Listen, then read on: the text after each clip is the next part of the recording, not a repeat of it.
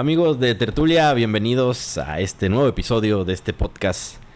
Pues que ya va agarrando ritmo, ya estamos llegando, no sé si al 7 o al 8. Ya ustedes, ahí, por ahí lo checaremos. Pero bueno, ustedes ya lo han visto, de repente nos toca debatir entre nosotros, de repente nos toca conversar con protagonistas de la vida pública de Tamaulipas. Y en ese sentido, hoy nos acompaña Hugo Resende Silva, el secretario del Ayuntamiento de Ciudad Victoria. Hugo, bienvenido. Muchas gracias, Miguel, muchas gracias, Pedro, muchas gracias, Mario, por la invitación. Aquí acudimos con mucho gusto. Pues vamos a darle. Vamos. Hugo, no, pues Pedro, Miguel, un gusto estar con ustedes, otro programa. Entrando ya contigo, Hugo, secretario del Ayuntamiento. ¿Cómo te has sentido estos años y medio ahí en la Secretaría del Ayuntamiento? Fíjate que muy contento, Mario, platicarte que cuando llegamos en el 2021, que el señor presidente municipal me hizo la amable invitación de acompañarlo en esta travesía administrativa y política, pues bueno, la verdad nos dio mucho gusto porque ya afortunadamente ya teníamos conocimiento de lo que consistía ser secretario del ayuntamiento y sabíamos los retos que íbamos a enfrentar. Era un inicio de gobierno municipal muy interesante porque gobernaba un partido diferente al que hoy gobierna. Desgobierno. Desgobierno. O sea, fue algo complicado. Totalmente complicado, totalmente, como bien lo dices, desgobierno. Pero muy bien, y la verdad que muy contentos de esta responsabilidad que se nos dio. ¿Qué tal encontraron la ciudad cuando entraron? Fíjate que es una pregunta muy interesante. Fíjate que Victoria, cuando la encontramos, de hecho ese fue una de las motivaciones de Lalo Gataz, de salir a buscar la alcaldía precisamente para rescatarla del abandono y el saqueo en el que se encontraba. Y tengo que decirlo así porque realmente es así como nos encontramos a Ciudad Victoria. Nosotros ahorita que hemos andado en el territorio, hemos platicado y hemos hecho la analogía de que haz de cuenta que tú prestaste tu casa y cuando regresas a tu casa te la encuentras con los vidrios rotos, los pisos quebrados, los baños sin baños, sin puertas, sin ventanas, le robaron el cable. Bueno, así encontramos Victoria. La encontramos totalmente deteriorada, con una infraestructura municipal hecha pedazos, con deudas impagables. Nada más la pura Comisión Municipal de Agua Potable y Alcantarillado encontramos una deuda de 400 millones de pesos. Y nos la encontramos trabajando con plantas de luz porque ni siquiera habían pagado la luz. Entonces nos encontramos una Victoria también como sociedad lastimada. Nos encontramos una ciudad y una sociedad que veían y ven en Lalo Gataz y esta administración un aliento para poder recuperar el Victoria que teníamos antes. Y bueno, afortunadamente llega Lalo, nos ponemos a trabajar. Y ese trabajo nos costó ciertas situaciones con la pasada administración de Cabeza de Vaca, que nos llevó a ciertas confrontaciones, pero realmente fue todo por el amor a Victoria. ¿Por qué no vamos un poquito para atrás? Sí. Porque en este programa nos gusta conocer a nuestros invitados. ¿Por qué no nos platicas cómo fue tu primera incursión pues, en la vida pública, en la política? Con mucho gusto, Miguel. Te platico, fíjate que fue en el 1992. Yo en 1992 fue que decido yo participar en política. Me meto a un partido político. Yo vengo de familia, mi padre es político, a él ya le tocó gobernar esta ciudad, le tocó formar parte de una legislatura aquí en Tamaulipas, y bueno, y muy metido en el servicio público. Y bueno, a partir de ahí es que, pues movido quizás por lo que yo veía en mi casa, por las pláticas que tenía yo con mi papá, esto me fue a mí motivando e incentivando para poder decidirme a participar en política, y lo hago a través de un partido político. Y inicio a través de las juventudes. Yo inicio a los 16 años, estaba en la prepa, estaba terminando yo creo que el tercer semestre de preparatoria cuando decido inscribirme en las juventudes de un partido político, y lo puedo decir cuál, era el PRI. Yo pertenecí al Revolucionario Institucional, y digo pertenecí porque ya no, a partir del año 2017 dejo de pertenecer al PRI. Y bueno, en ese sentido yo hago mi carrera política ahí inicio desde las juventudes, desde abajo, y me refiero desde abajo, desde ir con una matraca arriba en un poste colgando propaganda, en brigadas de impacto en las calles, y bueno, pues coordinando campañas políticas de alcaldes, diputados federales, etcétera, ¿no? Y esto, bueno, me permitió irme metiendo en el tema político administrativo. A lo mejor es una pregunta un poco incómoda porque seguramente debes tener amigos que todavía están ahí en el PRI. Pero ¿qué le pasó a ese partido? ¿Por qué está en este momento pues desastroso de su historia en Tamaulipas y en el país? Pues mira, yo creo que el PRI pagó su cuota de errores. Yo creo que al PRI le tocó, no pudo comprender la transición que el país estaba solicitando, ya de ser todo en un partido, de que todos los estados, todos los congresos, todo fuera en un mismo partido, ya no correspondía. Lo que la gente buscaba era una apertura, y el PRI no lo supo ver, no lo supo entender a tiempo. Tenía 80 años utilizando el mismo método y no estaba generando las condiciones democráticas que ya la comunidad internacional estaba pidiendo, la misma sociedad lo estaba pidiendo, y en ese sentido pues, se queda estancado el PRI en un viejo esquema, en un viejo sistema que ya no daba para más, y no quiso pues cambiar el método, tomar otro rumbo, y fue que se queda estancado, y eso le fue abriendo más paso a los diferentes partidos. Ya no me puedo referir a ellos como partidos de oposición, porque ya todos los partidos fueron gobierno y fueron oposición. Es decir, ya el PAN gobernó, ya el PRI gobernó, ya Morena está gobernando, el PRD fue gobierno en el Distrito Federal y en Zacatecas. Es decir, ya los partidos aprendieron también a gobernar y se empezaron a convertir en opciones que le fueron quitando adeptos al propio revolucionario institucional. Pues empezó a haber democracia, ¿no? O sea, empezaron a ganar otros partidos políticos a partir de la apertura del IF, hoy antes IFE, y pues se fue democratizando la vida pública del país. 2017, empezaste en el 92, dijiste, llevabas 25 años activo en la vida política de Ciudad Victoria y Tamaulipas. En 2021 se te presenta la oportunidad por parte de hoy alcalde Lalo Gataz para ser secretario del ayuntamiento. Pues ya 29 años ya llevabas de carrera política. ¿Cómo fue la campaña? Estaban compitiendo contra la maquinaria del gobierno del estado, que era un partido de oposición en el que tú estabas participando, que era el PAN, y tú ibas por Morena. Contra la prima del exgobernador. Exgobernador, así es. Bueno, la prima del... Sí, del exgobernador. Sí. Entonces, gobernador. Prima hermana de la esposa del gobernador. Entonces, sí es una situación algo compleja, toda esa maquinaria que... ¿Cómo vivieron la campaña? No, fue una campaña muy complicada. Yo hago memoria de cómo se suscitó en la campaña. Yo creo que ha sido la campaña más ríspida en la que hemos participado, porque realmente fue un choque de trenes, pero sobre todo porque encontrábamos a un gobierno muy metido en la elección, buscando que la prima del gobernador Pilar Gómez se mantuviera en el poder, pero con muy pobres resultados como gobierno, porque recordemos que ella gobernó un año, pero fue un año justamente cuando se deja de pagar la luz de la Comapa. Entonces encontramos que justamente cuando llega Pilar al gobierno municipal, la Comapa empieza a presentar adeudos de luz, es cuando le cortan, y la sociedad se empieza a molestar por los pobres servicios que estaban dando. Y venía además del desastre de Jico, ¿no? Y aunado con ese desastre, ¿no? Entonces se torna la campaña muy complicada, porque sale el PAN muy agresivos a querer retener el poder a toda costa. Y hicieron valer todo, y lo vimos no solamente en la campaña de Lalo Gataz, sino también la vimos en la campaña del gobernador, cómo utilizaban a la Fiscalía General del Estado como un brazo ejecutor de acciones políticas, ¿no? Entonces, eso nos tocó vivirlo. Pero la campaña de Lalo fue una campaña muy compleja, muy complicada, pero que movió mucho a la ciudadanía por podernos liberar de ese yugo que teníamos, de este mal gobierno que estaba yendo en contra de la ciudad.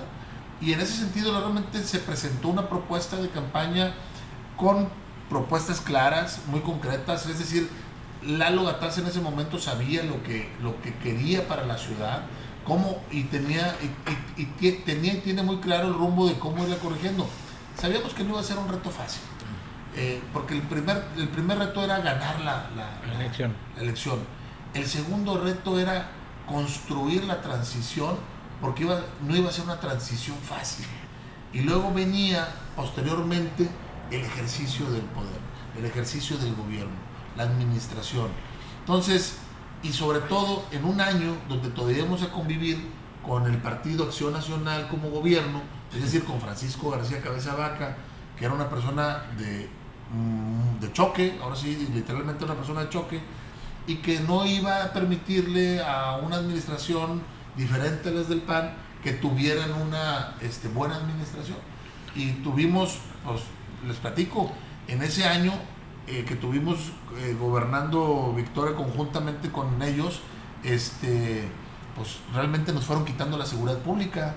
Al último, cuando Cabeza de Vaca entrega el poder al gobernador Américo, a Victoria la entrega con 18 policías y 4 patrullas. Ay, canijo. Hablas de una campaña ríspida, de un difícil inicio de gobierno, pero también Lalo y tú pasaron momentos difíciles con el gobierno de Cabeza de Vaca. Así es. Con la persecución que les dieron desde la fiscalía. Así es, y desde aquí le quiero mandar un saludo al diputado Gerardo Peña, porque recuerdo bien que nos convocó a una reunión a la Secretaría General de Gobierno, precisamente para evitar que Morena a través del gobierno municipal participara en apoyo al gobernador Américo.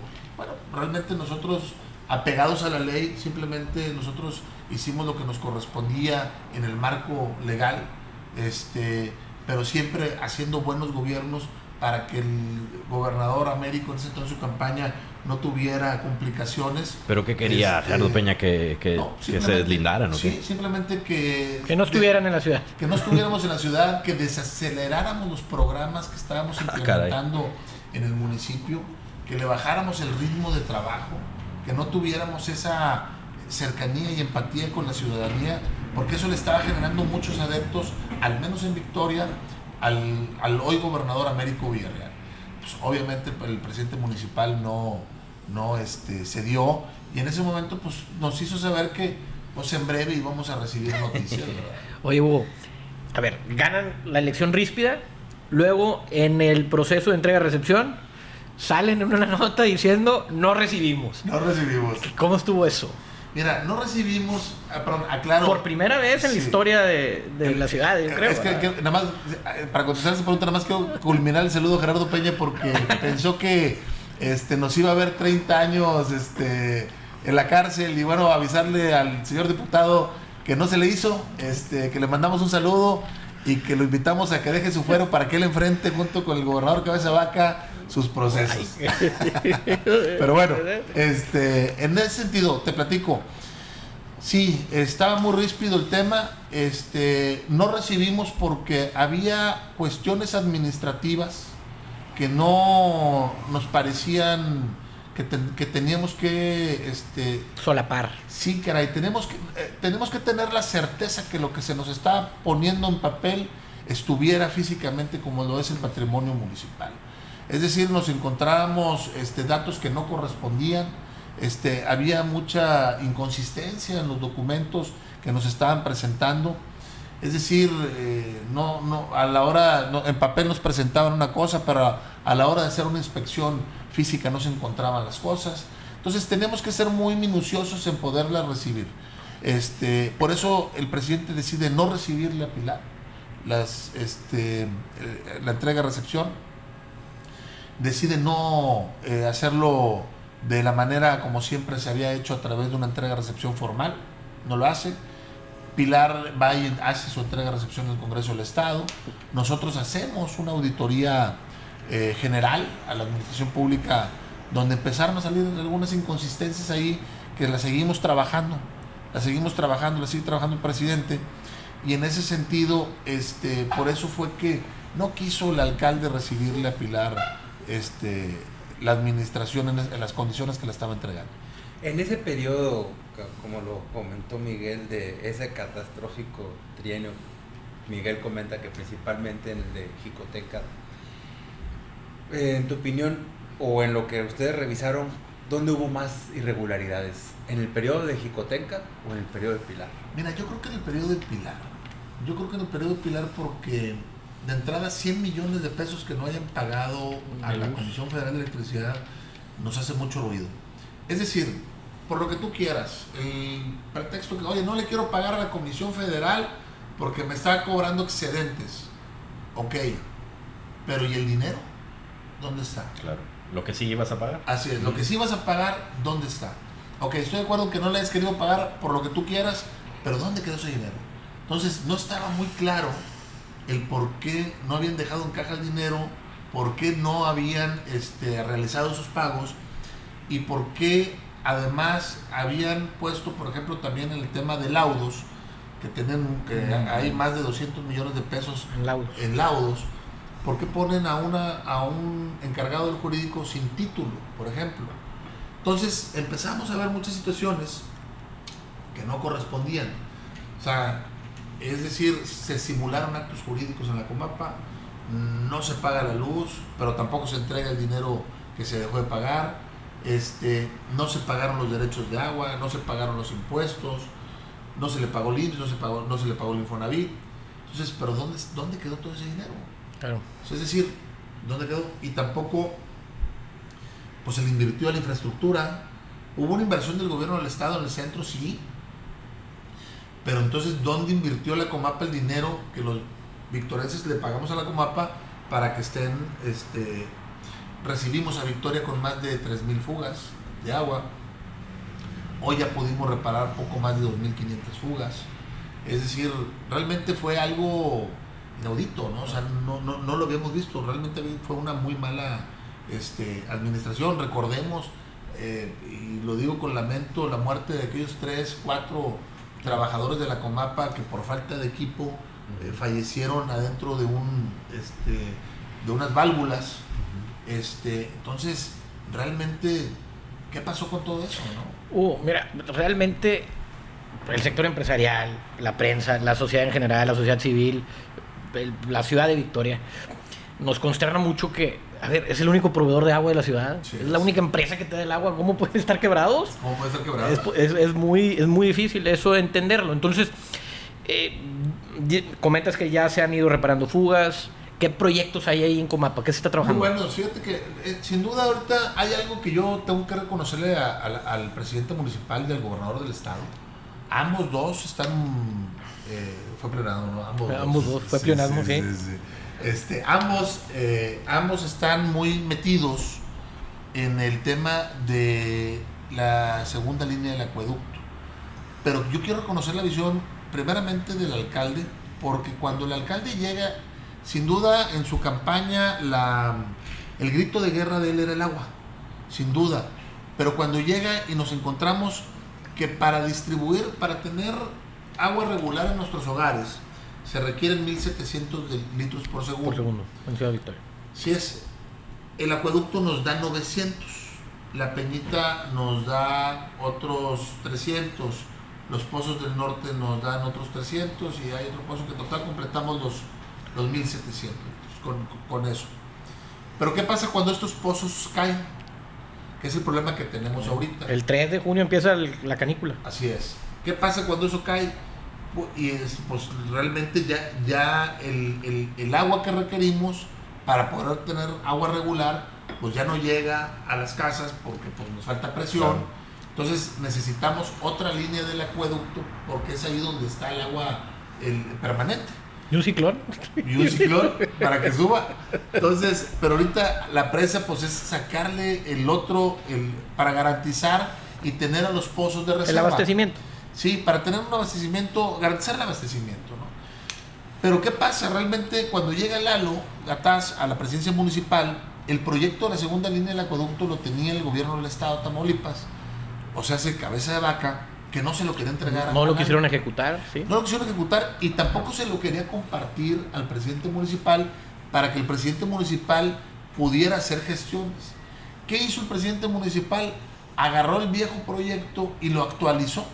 Hizo una inversión importante donde invirtió en la actualización del proyecto de la segunda línea del acueducto y ya pudimos tener proyecto. Y es la primera parte que se necesita para iniciar pues todo, la gestión. Entonces ya lo que hace el presidente municipal es llevarlo a la Conagua, es llevarlo a la unidad de proyectos de la Secretaría de Hacienda, y ahí va avanzando. Y reconocerle al gobernador todo el empeño y la fuerza que le ha metido por parte del Estado para que este proyecto se logre, ¿no? Entonces, el gobernador, inclusive desde la transición, les platico que inclusive nos contacta la gente del gobernador electo en ese entonces, Américo Villarreal, con los ucranianos que estuvieron aquí sí. en Victoria, explorando los pozos para poder localizar agua. Entonces, el gobernador está trabajando en el tema desde su transición. Entonces, nosotros vemos a un gobernador, Américo Villarreal, muy metido en el tema, muy preocupado por resolver la problemática en materia del agua, y creo yo que en breve vamos a encontrar resultados.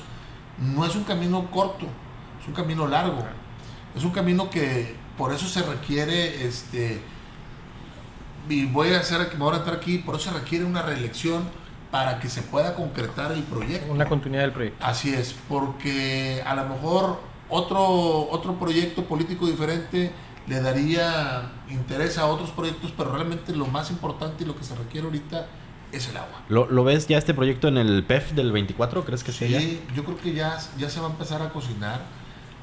Yo creo que ahora en diciembre, ahora en noviembre, que es cuando se empiezan a integrar los proyectos de presupuestos, se van a considerar. El gobernador inclusive ha dicho que si no es con recursos federales, los haría hasta con recursos estatales. Por ahí hemos ya leído algunas notas. Pero la idea es ya iniciar el proyecto del acueducto. ¿Qué es lo que se busca? Pues se busca precisamente garantizar la inversión para que se pueda hacer una inversión grande. Es un proyecto de gran calado. Son más de 1.700 millones de pesos lo que se requiere para poder traerle el agua que falta a Ciudad Victoria. Y en ese sentido, tanto el alcalde y el gobernador están ocupados. Secretario, el Fondo de Capitalidad fue un gran acierto de esta administración municipal, realmente. Hace poquito acaban de entregar unos camiones de basura, ¿no? Se utilizó para eso. ¿Cómo estuvo muy bien, la situación ahí? Y ya unas pipas también. Sí, hoy vi. Ya también se entregaron unas pipas. Afortunadamente ya Victoria se empieza a equipar. Recordemos que también el Fondo de Capitalidad fue un grito de guerra de Lalo Gataz en la campaña. Pero para que la audiencia sepa, explica el Fondo de Capitalidad desde que antes había y luego se quita. Es correcto. El Fondo de Capitalidad ya existía, no con el nombre de Fondo de Capitalidad, pero recordemos que en gobiernos anteriores Victoria recibía subsidios del Estado en temas de infraestructura urbana, es decir, el Estado se hacía cargo del pago de luz de algunas plazas y bulevares del municipio, se hacía cargo de la limpieza pública de algunas partes del municipio y contribuía mucho con la ciudad, hasta que llegó el gobierno, me parece, no me acuerdo si fue el de Cavazos Lerma o el de Tomás Yarrington, que le regresan todo eso al municipio, la carga completa, y le quitan ese subsidio a la capital. Y es cuando empezamos a ver cómo Victoria se empieza a mermar porque pues el municipio de Victoria pues ya no le completaba, ¿no? O sea, necesitaba la ayuda de papá para poder cumplir con el ciudadano. Completar. Y pues no completaba, ¿no? Entonces, en ese sentido, la propuesta, y hubo varios ejercicios en algunas otras administraciones por regresarle esos fondos a Victoria, que el Estado volviera a agarrar esa responsabilidad conjunta con el municipio para poder embellecer la capital. Y bueno, pues se viene la campaña de Lalo propone, y también fue otro de los temas que llevó a un conflicto, que yo creo que fue el principal conflicto de Lalo con Cabeza de Vaca, el Fondo de Capitalidad. Porque el primer encuentro que el presidente municipal, Lalo Gataz, tuvo con el gobernador del estado, Cabeza de Vaca, le pide respetuosamente el presidente que nos ayudara con el Fondo de Capitalidad. O sea, le pidió dos cosas básicamente: ayúdanos con el acueducto, gobernador, y ayúdanos con el Fondo de Capitalidad. Y no ayudó con ningún. ¿Y hubo una negativa? Ni nos ayudó. No hubo una negativa, solamente le dijo que lo iba a considerar, lo iba a pensar y que lo iba a ver. Pero como bien dice, ni una ni otra. Entonces, nos vamos al Congreso del Estado, ya la legislatura también ya era de Morena en ese entonces. La actual legislatura. Así es, esta actual legislatura ya era de Morena, y nos vamos a pelear el Fondo de Capitalidad en el Estado, en el Congreso del Estado. Y por primera vez, un presidente municipal le gana una iniciativa, un proyecto de iniciativa a un gobernador. El gobernador ejerce su derecho de veto y veta el Fondo de Capitalidad. Sí. Y otra vez viene el pleito, ¿no? El desencuentro entre los gobiernos municipal y estatal, y a toda costa quería el gobernador Cabeza que a Victoria el gobierno morenista no tuviera resultados prontos y que se viera débil, y empieza a retirar la seguridad pública poco a poco. Y ahí lo que es muy loable desde mi punto de vista es que, pues decía Lalo, que lo administren ellos, pero que no den el dinero porque se ocupa, ¿verdad? Uh-huh. Lo mismo pedía el exgobernador Cabeza de Vaca en la ley de coordinación fiscal, que se le entregara más recursos a Tamaulipas porque aporta más a la federación, y que lo administre el gobierno federal. Era la misma situación, ¿verdad? Era el mismo discurso, el mismo diálogo, pero pues bueno, pues, las cosas pasan, es política. Y así fue, y entonces por eso empiezan a nacer las mesas, la mesa de seguridad, porque no había el gobierno municipal y Victoria estaba vetado en todas las instancias estatales. Sí. Es decir, no podíamos pararnos a hacer una gestión en la Secretaría de Finanzas, no podíamos acudir a la Secretaría de Desarrollo Económico a realizar gestiones para la promoción de la inversión, no podíamos acudir a la Secretaría de Bienestar a bajar programas estatales en beneficio de los más desprotegidos porque pues estábamos vetados, no podíamos ir a la Secretaría de Educación a solicitar apoyos para las escuelas.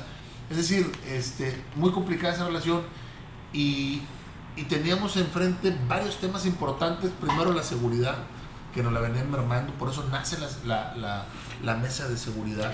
¿Cómo se integra? ¿Quiénes la integran la mesa de seguridad? La mesa de seguridad es una mesa muy interesante porque la integran las principales corporaciones de seguridad del país, del estado y del municipio, integrada por la Secretaría de la Defensa Nacional, la integra la Fiscalía General de la República, la integra la Guardia Nacional, la integra el Centro Nacional de Inteligencia, la integra la Guardia Estatal, la Guardia de Género, la Fiscalía General del Estado, el Secretariado Ejecutivo de Seguridad Pública, el batallón, el 77 Batallón, la integra también el servicio, tránsito municipal, protección civil.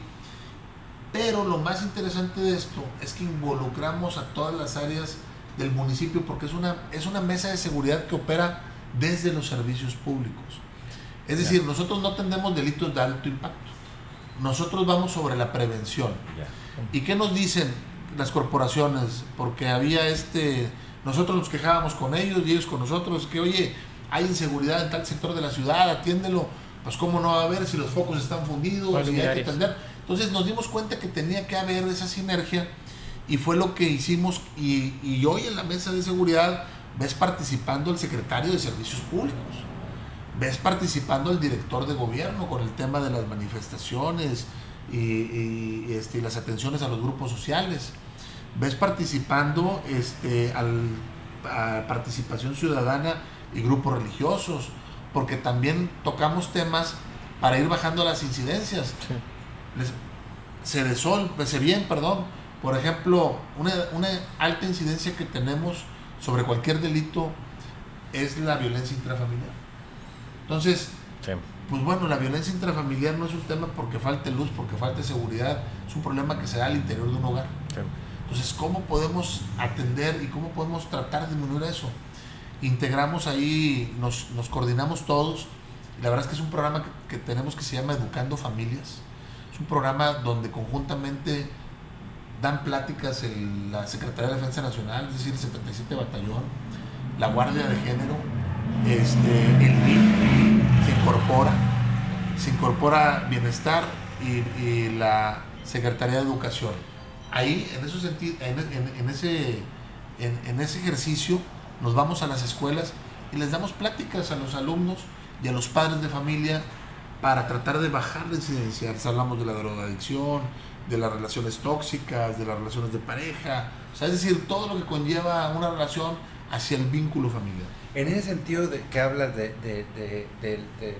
la violencia familiar, pero también podemos hablar de algunos aspectos de la delincuencia común, cómo abordar en la mesa de seguridad los temas de delincuencia común cuando estás también tienes enfrente a los problemas más graves como son, por ejemplo, lo hemos visto ya tiene un tiempo, ya más de unos años, los temas de delincuencia organizada, cómo se organizan para que la Guardia Estatal, que lo mismo está encargada de combatir a la delincuencia organizada, también hagan ese tipo de tareas. Con coordinación, pero fíjate que ahí lo interesante de esto es que existen otras mesas que atienden esos temas. Esas mesas también se dan en el Estado, que es normalmente donde se ve en Fiscalía General del Estado, donde se ve el tema de los delitos de alto impacto. Ellos es donde ven ese tipo de situaciones y nosotros solamente recogemos como gobierno municipal la inquietud del tema de los delitos, de los 12 delitos que están dentro del catálogo, que nos marcan, que son el robo casa habitación, robo a comercio, robo a transeúnte, robo a vehículos, violencia intrafamiliar. Eso es lo que vamos viendo nosotros. Y ya los delitos de alto impacto se van viendo ya específicamente en temas de fiscalía, en reuniones con la Secretaría de Defensa Nacional, pero esas ya son mesas más cerradas. Y lo que nos corresponde a nosotros es ir viendo, porque aunque a nosotros no nos toca la seguridad pública, porque nosotros no tenemos seguridad pública, estamos con un mando único. Y lo ve el Estado, pero sí somos un municipio que opinamos en materia de seguridad pública, es decir, emitimos políticas en materia de seguridad pública, las emitimos a través de la mesa de seguridad. Y vamos viendo, por ejemplo, no podemos, es decir, por ejemplo, la Secretaría de Educación tiene un asiento en la mesa de seguridad. Entonces nosotros sabemos cuando una escuela está siendo vandalizada, o está siendo robada, o está siendo, los alumnos están siendo violentados por pandillas, y bueno, pues no podemos voltearnos y hacernos de la vista gorda, porque no podemos decir es que la seguridad no me toca, pero sí podemos opinar, sí podemos pedirle al Estado que tome acción, y en ese sentido trabajamos nosotros a través de las mesas y vamos resolviendo los problemas que se nos van dando. Ahorita acabamos de resolver el tema en Las Flores, lo vimos a través de los medios de comunicación, cómo vecinos de Las Flores se quejaban y se lamentaban de los robos que estaban sufriendo en ese sector. Nos dimos a la tarea de contactar a los vecinos y los llevamos a las mesas. Ahí pudimos ver en el video cómo unas personas entraban a las casas y robaban, etcétera, y ahí mismo tomamos acción. Ahí mismo se tomó el acuerdo por parte del Secretariado Ejecutivo de Salud Pública de poner una torre de vigilancia en el sector, de mandar mayor patrullaje por parte de la Guardia Estatal, se suma la Guardia Nacional, también Sedena se compromete a hacer rondines. Posteriormente llega la Guardia de Género para realizar pláticas con los vecinos, para organizarse, darles cursos ahí de capacitación para que puedan disuadir el tema de los robos en la casa de habitación. Es decir, se tomó acción en el tema y así hemos hecho en los diferentes sectores de la ciudad. Mesa de seguridad, ¿qué otras mesas tienen? Fíjate que también tenemos la mesa del agua, la mesa de salud, la mesa de ordenamiento territorial, que en esta me quiero detener tantito. La mesa de ordenamiento territorial, nos encontramos, Pedro, Mario y Miguel, con un tema muy importante en Victoria. Nos encontramos con 70 asentamientos humanos irregulares. Es decir, ¿en qué momento se hicieron 70 asentamientos sin permiso? Sí.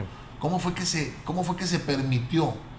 Y muchos de esos asentamientos se dan en lugares donde las condiciones de vida son muy complicadas. Llevar agua, llevar luz. Difícilmente puedes llevar luz, difícilmente puedes llevar agua, difícilmente puedes ir a recoger la basura, difícilmente puedes llevar los servicios públicos hasta allá, y más sin embargo esos asentamientos humanos existen. Bien, ¿qué hicimos? Hicimos una mesa de ordenamiento territorial porque uno de los principales problemas que nos dimos cuenta por qué existen es porque como autoridades estábamos dispersas. Es decir, cada quien andaba por su lado. Los que tienen que ver en el tema, el INSUS, que tiene que ver con el tema andaba por su lado, el Itabú andaba por el suyo, Desarrollo rural, el Infonavit urbano. por el suyo, desarrollo urbano municipal por el suyo, desarrollo urbano del estado por el suyo, y realmente no había un orden que nos pudiera permitir poner orden. Claro. ¿Qué hicimos? Organizarnos. A ver, ¿qué se requiere para que exista un asentamiento urbano? 3 factibilidades. La de la CFE, para ver si es factible poder llevar la luz. La factibilidad del agua, para saber si es factible poder llevar el agua. Y la de protección civil, para ver si no está dentro del atlas de riesgo. ¿Y qué hacían algunas personas? Unas personas con simplemente un oficio que iban y depositaban al municipio, con el sello recibido, iban y decían, mira, CFE, me van a dar ya mi factibilidad, me la van a regularizar, nada más me falta tu factibilidad, dámela. Y la conseguían.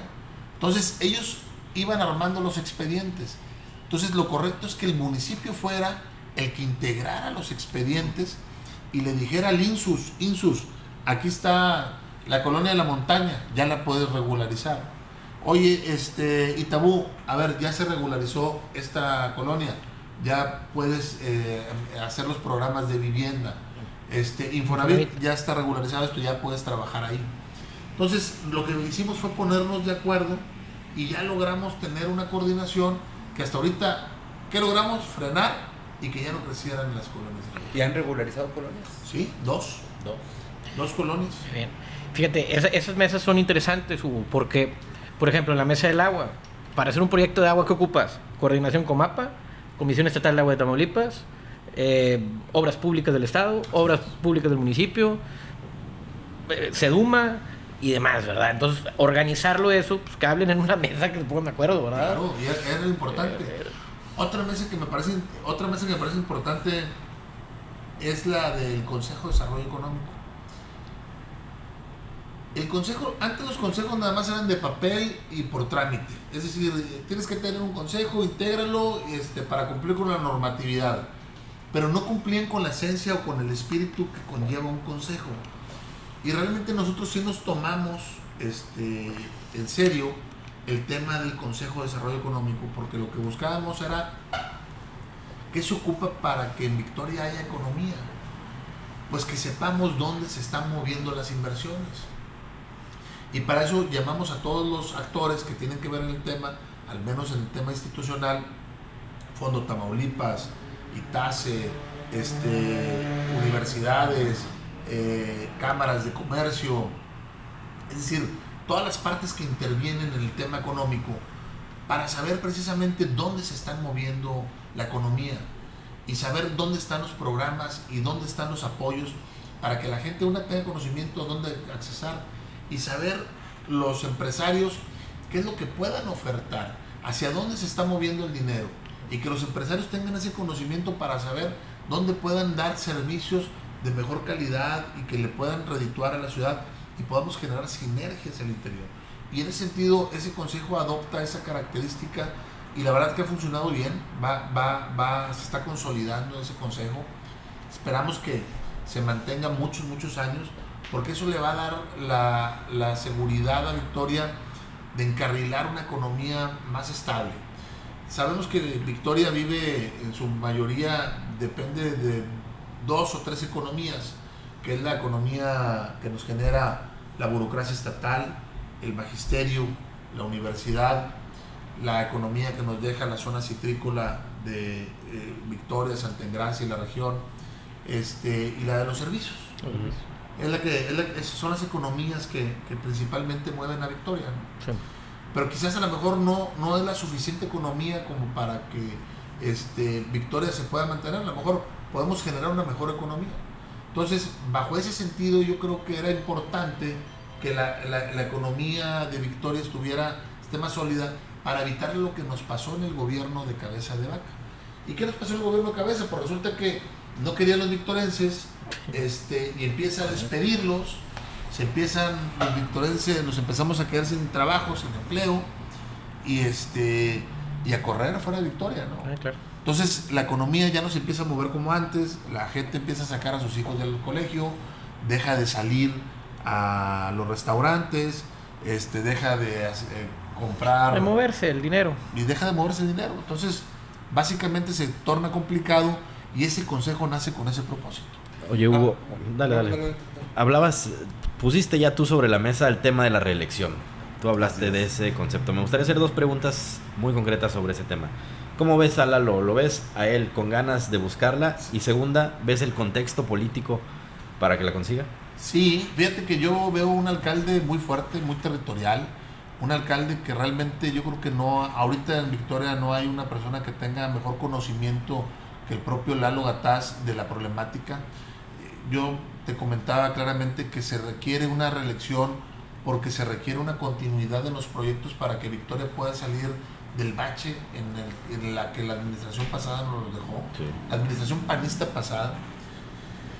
Y no es una, o sea, y realmente para que Victoria pueda salir de las malas condiciones, pues no era en un año o en 2, sino que se requiere un poco más de tiempo para poder concretar los proyectos del acueducto, los proyectos del Fondo de Capitalidad, los proyectos de infraestructura urbana, de regresar el pavimento a Victoria, regresar el pavimento porque estaba muy dañado, dejaron de invertir en el pavimento. Hoy tenemos un programa fuerte de bacheo importante. Entonces realmente ahorita el único yo creo que la persona que mejor conocimiento de la problemática de Victoria la tiene Lalo Gataz. Realmente yo lo veo muy fuerte, lo veo muy cercano a la gente, lo veo con una coordinación y muy estrecha con el gobernador del estado, los veo con proyectos conjuntos. Yo veo al presidente municipal y al gobernador del estado trabajando de la mano. Se requiere mucha esa coordinación precisamente para evitar lo que nos pasó. O sea, realmente no solamente nos entregan una Victoria desmantelada, sino aparte no querían que la pudiéramos remodelar. O sea, que no querían que le echáramos una manita de gato a la ciudad. Y eso era muy complicado. Ahorita realmente vemos a 2 personajes importantes como el gobernador del estado y el presidente municipal trabajando de la mano, con proyectos muy claros, muy concretos, proyectos muy alineados a las necesidades de la ciudad. Y yo creo que las condiciones para que el presidente municipal se relija están dadas. Hugo, hablas de la reelección de Lalo, como ya el proyecto, y probablemente lo veamos en la boleta. Háblanos de ti. ¿Tú cuál es la mira que traes para la próxima elección? Te agradezco tu pregunta, Pedro, porque realmente sí tenemos muchas ganas de platicarlo. Decirte que con muchas ganas te comento que en lo particular traigo yo el proyecto de buscar pertenecer a la próxima legislatura del estado. Estoy buscando la posibilidad de ser el candidato por el 14º distrito local aquí en Ciudad Victoria, porque queremos llegar al Congreso local, ayudarle al gobernador a construir una legislatura fuerte, una legislatura que le permita al estado tener más y mejores iniciativas, que le demos certeza a la sociedad de que las iniciativas que se están proponiendo en el Congreso tengan un fondo que beneficie directamente al ciudadano y que de alguna forma permita que los proyectos, que permita que se avancen en los proyectos económicos de ley, de sociales, en beneficio de la ciudadanía. De pronto vemos un Congreso entrampado que de repente pues no va marcando una tendencia y que realmente no sabemos si realmente están ayudando o contribuyendo a mejorar el nivel de vida de la ciudadanía, ¿no? Lo digo con mucho respeto porque hay diputados que son diputados que se han entregado precisamente a representar a sus diferentes distritos a la ciudadanía. Hay diputados que traen un gran trabajo legislativo. A los de Victoria, ¿cómo los ves? Los de Victoria los veo realmente, en el caso del diputado Braña lo veo concentrado en su proyecto personal, más que en un proyecto legislativo. Yo realmente no veo, y le he hecho preguntas yo al diputado Braña porque realmente ha hecho exhortos.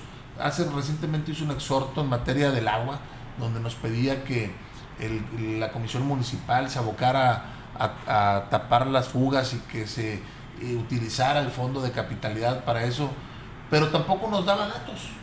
Es decir, no nos daba evidencia técnica que nos permitiera conocer cuáles fugas, dónde estaban, cuál es el proyecto que él propone de recursos para invertir en la Comapa para que se utilicen del fondo de capitalidad. Y realmente pues no es así. O sea, tenemos que ser muy claros y muy precisos en lo que estamos proponiendo, porque llegar a un exhorto por un tema populista pues no es loable. Aquí lo importante es que realmente el exhorto vaya a resolver una verdadera necesidad. ¿Tú lo ves como parte de este evidente proyecto que tiene de buscar la alcaldía? Sí, sin duda, porque si viéramos un trabajo legislativo eficiente, pues lo que estaríamos presumiendo pues sería todas las iniciativas y todo el trabajo legislativo que estuviéramos realizando.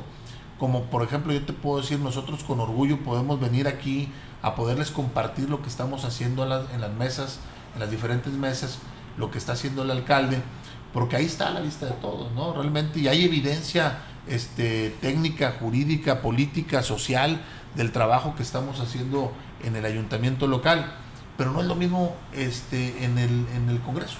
O sea, no vemos el trabajo legislativo que se está haciendo, cuáles han sido las mejoras en reglamento.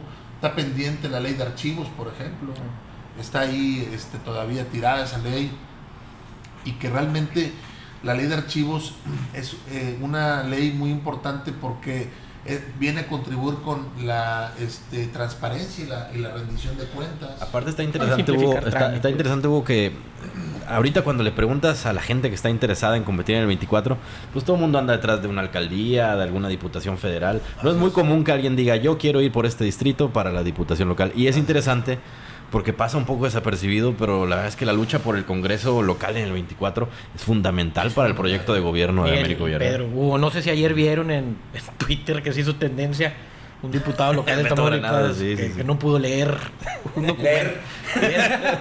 No pudo leer un documento de la Comisión de Educación específicamente. Entonces, pues sí, hace falta mucho trabajo legislativo en Tamaulipas. Sí, y esa es la intención de mi parte de buscar la postulación por los partidos con los que nosotros estamos ahí coincidiendo, que es Morena, que es el PT, que es el Verde Ecologista.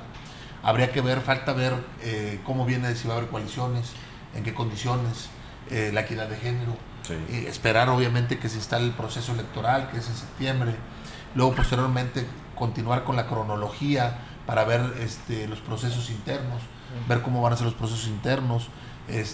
Pues todo, ¿no? Sí, en democracia nadie te puede descartar por aspirar a un puesto de posición pública. Así es.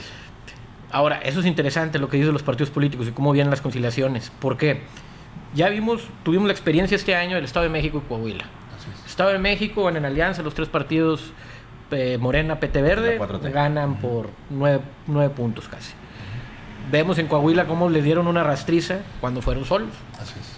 Entonces, las conciliaciones políticas pueden ser ahí algún tema clave para lo que viene en el 24, ¿o no crees?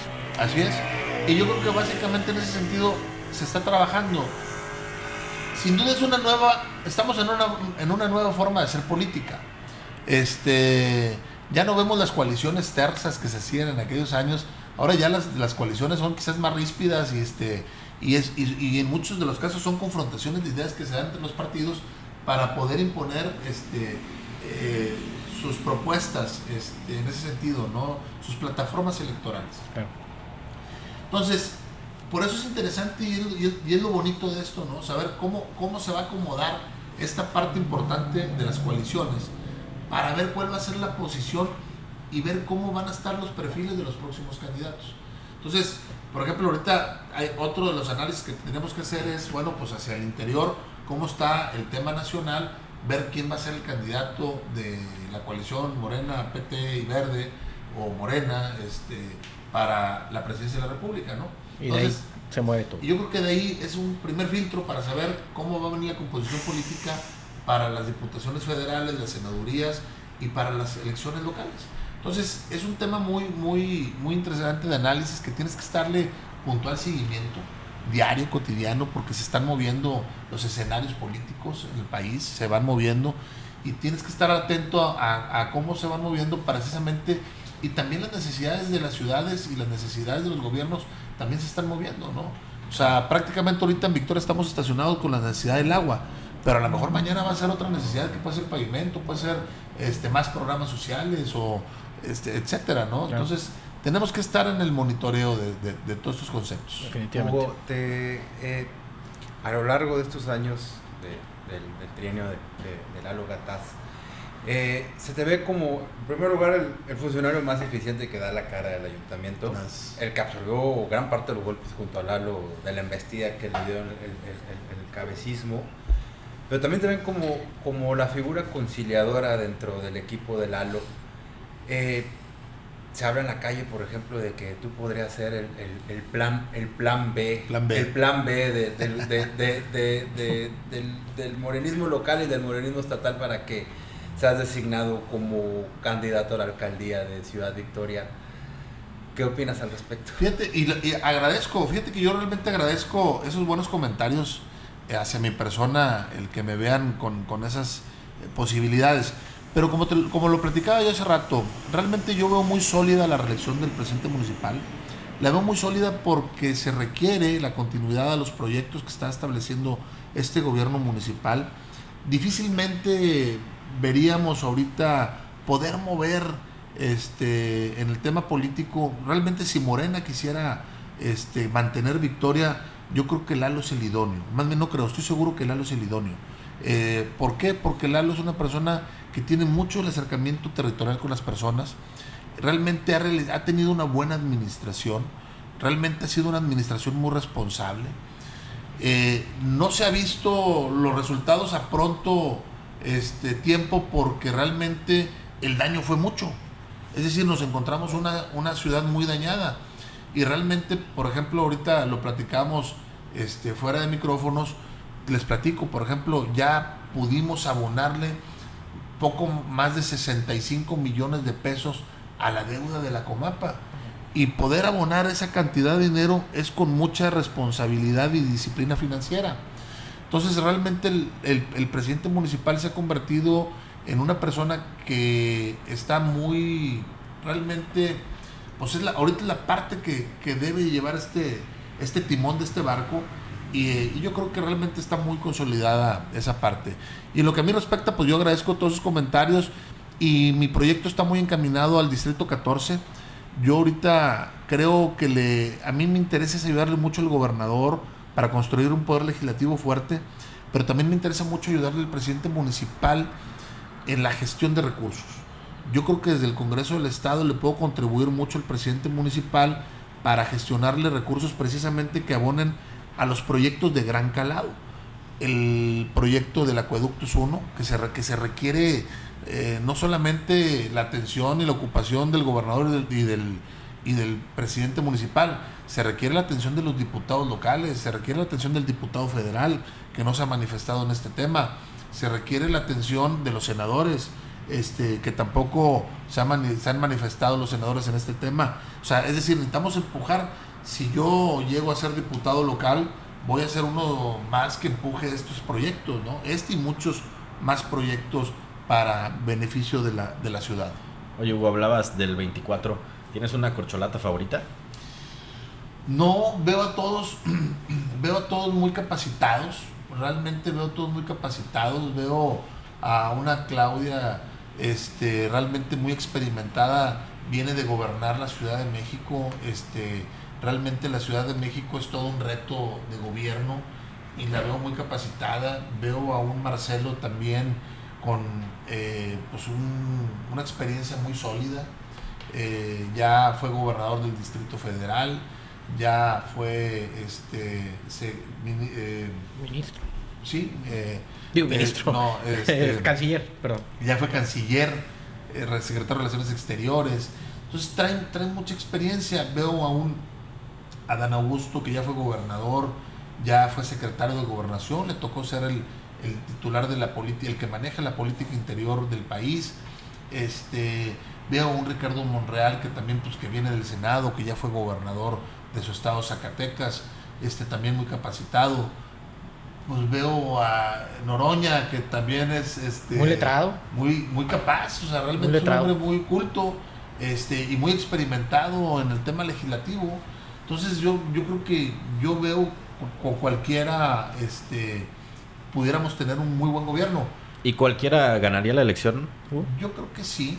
Yo veo una oposición, y voy a hablar del PRI, PAN y PRD, muy desarticulada. veo una oposición realmente sin oposición. No vemos a un presidente como Alito en el PRI, que realmente no trae intereses de nación ni de partido, sino trae más intereses personales. Hasta parece que trabaja para el gobierno de México. Así es, y mantiene más su interés en mantenerse él en el poder que en contribuir a las causas sociales del país.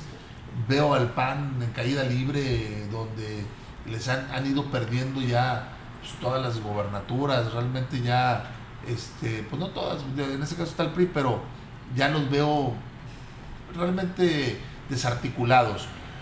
Entonces, yo creo que sí, Morena trae muchas posibilidades de mantener el poder en México. Veo una gran tendencia por las mujeres. Veo yo que Claudia, en el caso de la equidad de género, veo que está pegando muy duro esa parte. Su condición de mujer le está ayudando mucho. Pero bueno, yo creo que ahorita la moneda sigue estando en el aire y hay que ver los factores que puedan incidir. ¿No crees tú eso de que ya Claudia está palomeada por el presidente? No, yo creo que no, porque yo creo que van a ser muchos factores.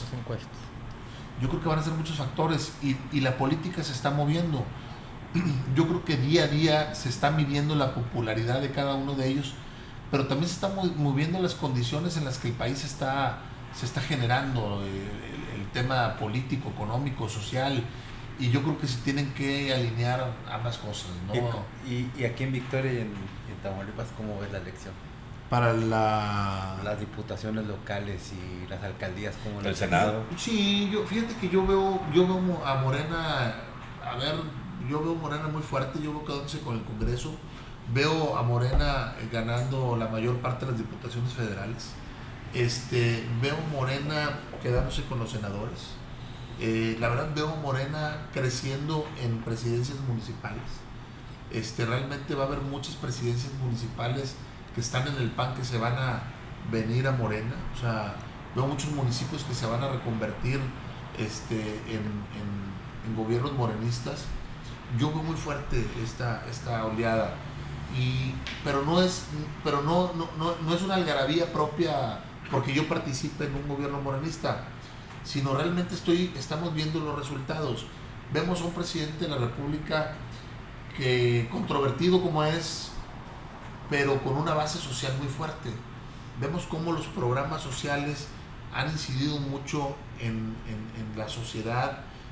Vengo de estar en la inauguración del Banco del Bienestar, aquí, de los comités del Banco del Bienestar, y vemos cómo la gente realmente está muy involucrada con el tema de los programas sociales.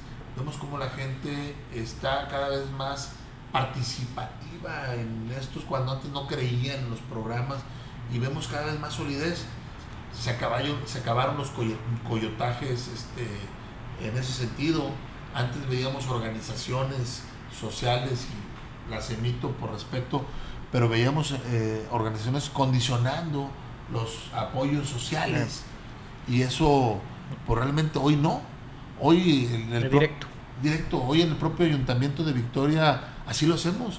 Antes era a través de líderes que accesaban la ciudadanía a los beneficios o a los servicios del ayuntamiento, y hoy no. Hoy tranquilamente cualquier ciudadano puede ir sin necesidad de acudir a ningún gestor o a ningún líder, y se le hace un trámite sin ningún problema. ¿No ves complicada la elección aquí en Victoria con tantos tiradores? Fíjate que no, yo no la veo complicada. Respecto a los adversarios políticos que pudieran estar en otros proyectos como el PRI, el PAN, PRD, lo respeto. No quiero decir que vaya a ser fácil, tampoco digo que vamos a un día de campo, pero creo que traemos mejores propuestas, creo que estamos en mejores condiciones nosotros, creo que los actores políticos que traemos nosotros están más sanos, y eso nos va a permitir a nosotros, y me refiero sanos políticamente, y eso nos va a permitir presentar buenas cartas en el 24. ¿Crees que se vayan a poner de acuerdo PAN y PRI para presentar un solo candidato por la alcaldía? Pues mira, no sé, porque realmente pues hace algunos días vimos cómo el presidente del PAN se lamentaba de haber ido en alianza con el PRI, y de pronto vemos al PRI mendigándole al PAN la necesidad de ir en alianza. Entonces pues realmente ya no sabemos cuál va a ser la coyuntura. Entiendo que sí van a ir en alianza. Entiendo que esto es por un acuerdo nacional, aunque aquí en el estado no se quieran, pero a nivel nacional ya los van a obligar a que se vayan juntitos. Pero bueno, pues con todo eso yo difícilmente creo que les pueda alcanzar. Sí, algo es inevitable, la gente castiga a los malos gobiernos. Así es. 2010-2012 en lo federal gobierna el PAN, 2012-2018 el PRI, 2018-2024 Morena, y ya veremos si castigan o continúan. En el estado, 2010-2016 gobierna el PRI, 2016-2022 gobierna el PAN, 2022-2028 Morena.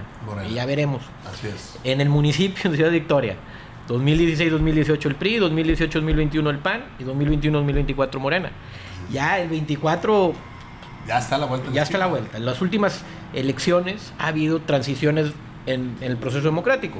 Entonces algo que podemos ver es que por más que haya dinero en el poder, que tengan todo el aparato, los que gobernaran o los que gobiernan o los que gobernarán, la gente al final del día pone la última decisión. Así y ya veremos en el 24 qué va a pasar, ¿no? Así es. Y yo creo que nosotros nos hemos preparado para eso. Es decir, ¿y cómo nos hemos preparado? Haciendo un buen gobierno. Yo creo que el gobierno que ha encabezado Eduardo Gataz ha sido un muy buen gobierno, muy responsable. Pero repito, nos encontramos una casa muy dañada y realmente estamos ahorita en el proceso de remodelación, la estamos rehabilitando, y para eso, bueno, pues es un tramo que no es en un año ni en dos, sino se requiere tiempo. A ver, Victoria tiene 30,000 luminarias, de esas nos entregaron 10,000 o 12,000 fundidas, entonces había que hacer una cirugía mayor en luminarias. El 80% del pavimento de las rutas del transporte público estaba totalmente destruido, y bueno, pues tuvimos que hacer una cirugía mayor en ese sentido. ¿Los camiones de basura? Los camiones de basura, el parque vehicular estaba totalmente destrozado, y bueno, pues teníamos que resolver la situación. Y hubo muchas dificultades en el camino que se nos vinieron, pero que las supimos resolver con pues con el interés de poderle responder a la ciudadanía. Hugo, pues muchas gracias por acompañarnos. Estamos ya terminando tertulia. No sé si alguien quiera disparar una última. Hugo, gracias. Miguel, Mario, Pedro, muchas gracias por esta invitación. La verdad, muy agradecido, muy contentos. Mandarles un saludo a todo su auditorio y muy agradecido por la invitación. Y espero vernos pronto en otro programa. Como decía Mario, y el proceso electoral está a la vuelta de la esquina. Es que muy pronto sabremos si finalmente estás en la boleta. Quisiera aprovechar también este espacio para ver si le externamos una invitación al alcalde Lalo Gataz para ver si nos visita. Claro. Le hacemos llegar. Con mucho gusto. Muchas gracias, Hugo, por estar con nosotros. Muchas gracias. Miguel, Pedro. Hasta la próxima.